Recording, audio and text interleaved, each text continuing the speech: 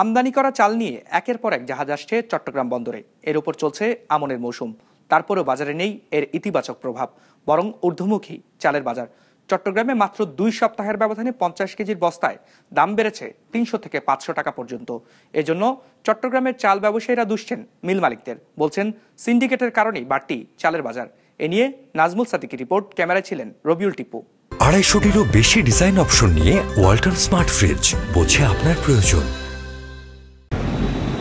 চট্টগ্রামের পাহাড়তলী পাইকারি বাজারে গত 2 সপ্তাহের ব্যবধানে 3400 থেকে 3500 টাকার কাটারি আতপ চালের 50 কেজি বস্তার দাম বেড়ে বিক্রি হচ্ছে 3900 থেকে 4100 টাকায়। পাইজাম চাল বস্তা প্রতি 2500 টাকা থেকে দাম বেড়ে বিক্রি হচ্ছে 2800 টাকারও বেশি দামে।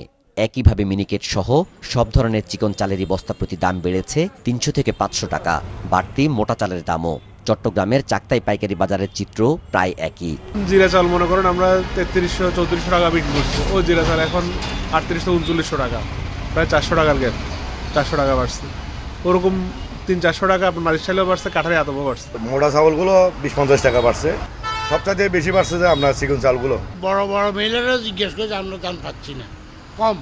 তারপরে ওই যেটা সংগ্রহ করতেছে বড় বড় কৃষক আছে, এরা মজুত করে রাখছে, এদেরকে সরা দামে ধান কিনতে হয়, এই কারণে বাজারটা বেশি।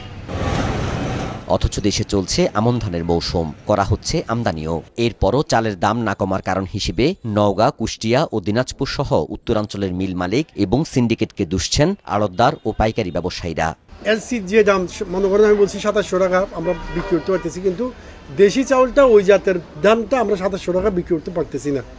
আমাদের মিলারদের ধান কেনা বেশি বলতেছে, ধানটা ওরা অজুহাত দিচ্ছে যে ওদের পড়তাই হচ্ছে না, অনেক মিল কেনার সাহসও পাচ্ছে না, মানে এত দামে চাউল বিক্রি করতে পারবে কিনা অনেক মিলার। বাড়তে বাড়তে এই চাউল প্রায় 500-600 টাকা বস্তায় বাড়াবে, এই পর্যন্ত প্রায় 6-7 বারে বাড়ছে। এটা এমন পর্যায়ে নিয়ে গেছে এটা মনে হয় যেন দেখার কেউ নাই, এই অবস্থা তারা ওইখানে সিটে করে। এখানে তো চট্টগ্রামে 90% চাউল আসে বাইরে থেকে, এখানে তো কোনো নিজস্ব প্রোডাক্টের চাউল নাই, তো যার জন্য এই চাউলটা হলো যে মোকামে বাড়ছে। চালের বাজারে নৈরাজ্য সম্পর্কে ব্যবসায়ী নেতারা বলছেন, চালের ব্যবসার লাইসেন্স কার্যকর ও তা বাস্তবায়নে কঠোর তদারকি করতে পারলেই দাম নিয়ন্ত্রণ সম্ভব। সরকার যে আমাদের একটা ফুড গ্রেন লাইসেন্স আছে, এই লাইসেন্সটা যদি সরকার প্রত্যেক ব্যবসায়ীর কাছে প্রযোজ্য করে, এটা তাদের নিয়ন্ত্রণে নিয়ে নেয়, এবং যেটা হোলসেল লাইসেন্সের অবস্থা থাকবো, যেটা রিটেল লাইসেন্সের অবস্থা থাকবো, এইভাবে যদি এটাকে সারা বাংলাদেশে কন্ট্রোল করতে পারে, তাহলে সরকারের নিয়ন্ত্রণে দিলে তাহলে বাজার কন্ট্রোল করবে। আর যদি সরকার নিয়ন্ত্রণে না রাখে, যদি পাবলিক নিয়ন্ত্রণে থাকে, তাহলে এটা কোনোদিনও কন্ট্রোল করতে পারবে না। এটা বাড়তেছে, এখনও বাড়তেছে এবং বাড়তেই থাকে।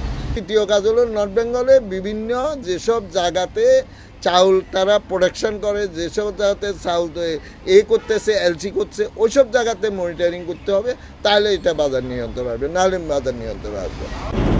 চালের দাম কমাতে গত 31শে অক্টোবর চালের আমদানি শুল্ক পুরো তুলে নেয় সরকার। এরপরও দাম নিয়ন্ত্রণে আসছে না। জোর মনিটরিং ও কঠোর ব্যবস্থা গ্রহণের দাবি সংশ্লিষ্টদের। নাজমুল সাদিকি, বিজনেস রিপোর্ট, মাছরাঙা টেলিভিশন।